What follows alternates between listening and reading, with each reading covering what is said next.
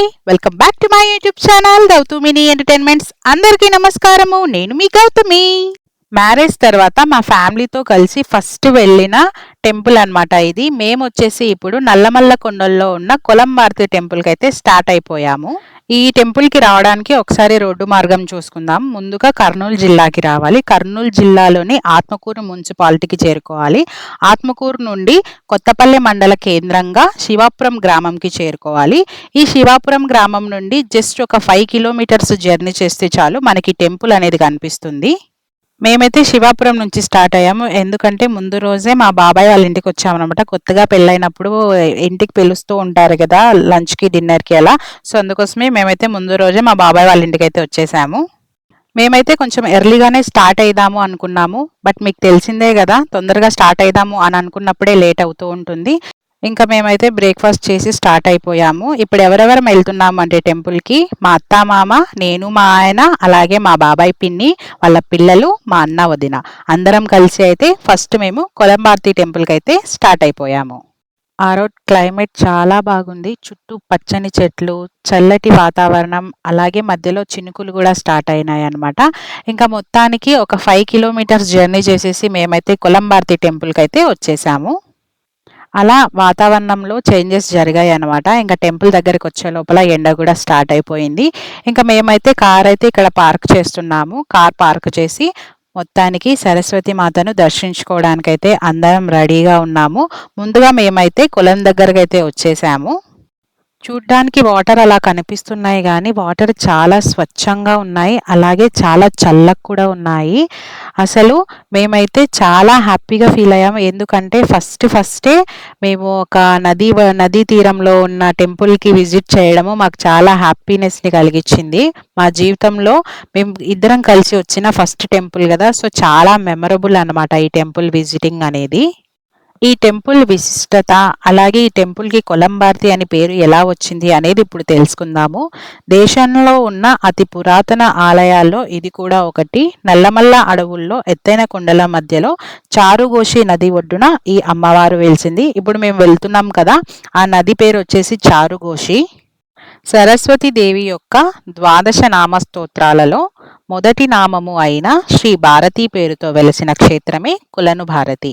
ఈ క్షేత్రముకు కొలను భారతి అని పేరు ఎందుకు వచ్చింది అంటే, కొలను పక్కనే భారతీదేవి వెలిసింది కాబట్టి ఈ క్షేత్రముకు కొలను భారతి అనే పేరు పెట్టడం జరిగింది. నాకు కొలన్లు అన్నా, చెరువులు అన్నా, సముద్రాలు అన్నా చాలా ఇష్టం అనమాట. సో అందుకోసమే వాటర్ దగ్గరికి వచ్చిన వెంటనే ఎప్పుడెప్పుడు వాటర్లో ఆడుకుందామా అనిపిస్తూ ఉంటుంది. ఇంకా మొత్తానికైతే ఇంకా ఇక్కడ వాటర్లో ఆడుకునేంత లేదు కాబట్టి ఇంకా నేనైతే రిటర్న్ అయిపోతున్నాను.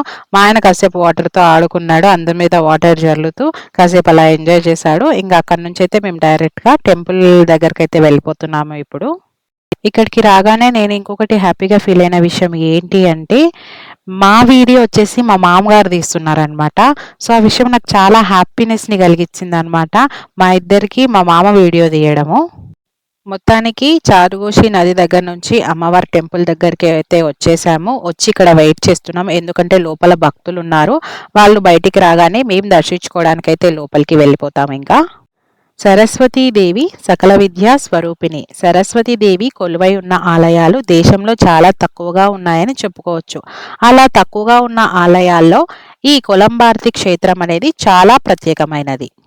ఈ ఆలయంలో సరస్వతి మాతకి చాలా ప్రత్యేకమైన పూజలు జరుగుతూ ఉంటాయి. అదేవిధంగా సరస్వతి మాత పుట్టినరోజు రోజున ఇక్కడ అక్షరాభ్యాస కార్యక్రమాలు కూడా నిర్వహిస్తారు. నాకైతే దర్శనం చాలా బాగా జరిగింది, అదేవిధంగా సులువుగా కూడా జరిగింది. ఎందుకంటే మేము వెళ్ళిన రోజు జనాలు అంతమంది లేరు కాబట్టి.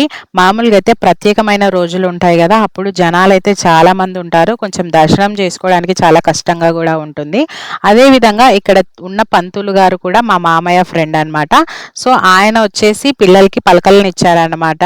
అదేవిధంగా నాకైతే ఆ దేవత దగ్గర ఉన్న పళ్ళు పూలను కూడా ప్రసాదంగా ఇచ్చారు. ఆ ప్రసాదాన్ని స్వీకరించి ఇప్పుడైతే ఆ శివుణ్ణి దర్శించుకోవడానికైతే వెళ్ళిపోతున్నాం. సరస్వతి మాత ఆలయ సమీపంలో సప్త శివాలయాలు ఉండటం విశేషం. ఈ శివాలయాల్లో 7 శివాలయాలు కూడా ఎర్రటి ఇసుకరాయితో నిర్మించడం మీరు గమనించవచ్చును. నేనైతే ఆ 7 శివాలయాల దగ్గరికి వెళ్ళి శివుణ్ణి దర్శించుకున్నాను. ఈ సప్త శివాలయాల మధ్యలో ఒక నందిని కూడా ప్రతిష్ఠించడం జరిగింది. నంది చెవులో మాత వచ్చేసి తన కోరికను తెలియజేసుకుంటుంది. ఇక్కడ జనాల నమ్మకం ఏంటి అంటే, మనం నందికి చెవుల్లో ఏదైనా కోరికని చెప్తే నంది నేరుగా ఆ శివుడికి తెలిసేలాగా చేస్తాడు అని. ఇంకా నేనైతే నందికి ప్రదక్షిణలు చేసి నా కోరికను కూడా నంది చెవుల్లో అయితే చెప్పేశాను. ఆ తర్వాత ధ్వజస్తంభానికి కూడా మొక్కుకున్నాము. మాఘశుద్ధ పంచమి నాడు ఈ దేవాలయాల్లో ఉత్సవాలు కూడా జరుగుతాయి. అదేవిధంగా కార్తీక మాసంలో ప్రత్యేక పూజలు జరుగుతాయి. కార్తీక మాసంలో చాలామంది ప్రజలు ఈ ప్లేస్కి అయితే విజిట్ చేస్తారు. అలాగే శివరాత్రి నాడు ఇక్కడ జాగారం కార్యక్రమాలు కూడా ఏర్పాటు చేస్తారనమాట. సో ఇది చాలా ప్రసిద్ధి చెందిన టెంపుల్. అదేవిధంగా వసంత పంచమి వేడుకలు కూడా చాలా ఘనంగా జరుగుతాయి ఇక్కడ. మీరు ఎప్పుడైనా ఈ టెంపుల్ని విజిట్ చేయాలనుకుంటే వసంత పంచమి నాడు ఖచ్చితంగా రావడానికి ట్రై చేయండి. ఇక్కడ శివుని దర్శించుకోవడం పూర్తి అయిన వెంటనే శివాలయాలకి వెనకల వైపున ఇంకొక టెంపుల్లో ఇక్కడ వెంకటేశ్వర స్వామి ఉంటాడు. ఆయనను కూడా దర్శించుకున్నాను. మొత్తానికి దర్శించుకోవడం అయితే కంప్లీట్ అయిపోయింది. ఇక్కడైతే అడవి మార్గం గుండా వెళ్తే ఒక చోట వాటర్ ఫాల్స్ కూడా పడుతుంటాయి అని చెప్పారు. మేమైతే చూడలేదు. ఎవరైనా చూసిన వాళ్ళు ఉంటే కమెంట్ చేయడం మర్చిపోకండి. ఇదేనండి సప్త శివాలయాల మధ్య వెలిసిన కొలంబారతి టెంపుల్. ఈ టెంపుల్ని విజిట్ చేయడం నాకు చాలా హ్యాపీనెస్ని కలిగిస్తుంది. ఎందుకంటే పెళ్ళైన తర్వాత వచ్చిన మొదటి టెంపుల్ కాబట్టి. ఈ వీడియో మీకు ఎలా అనిపించింది, మీకు ఏమనిపించింది ఏంటి అనేది కమెంట్ బాక్స్లో రాయడం మాత్రం మర్చిపోకండి. Thank you for watching my video. If you like my video please like, share, comment and subscribe to my YouTube channel Gautamini entertainments. Thank you for watching. మరిన్ని వీడియోల కోసం ఛానల్ని సబ్స్క్రైబ్ చేసుకోవడం మర్చిపోకండి. ఇప్పుడైతే మేము మళ్ళీ సంగమేశ్వరం టెంపుల్కి అయితే స్టార్ట్ అయిపోయాము. నెక్స్ట్ వీక్ సంగమేశ్వరం టెంపుల్ వీడియోని పోస్ట్ చేస్తాను. బాయ్.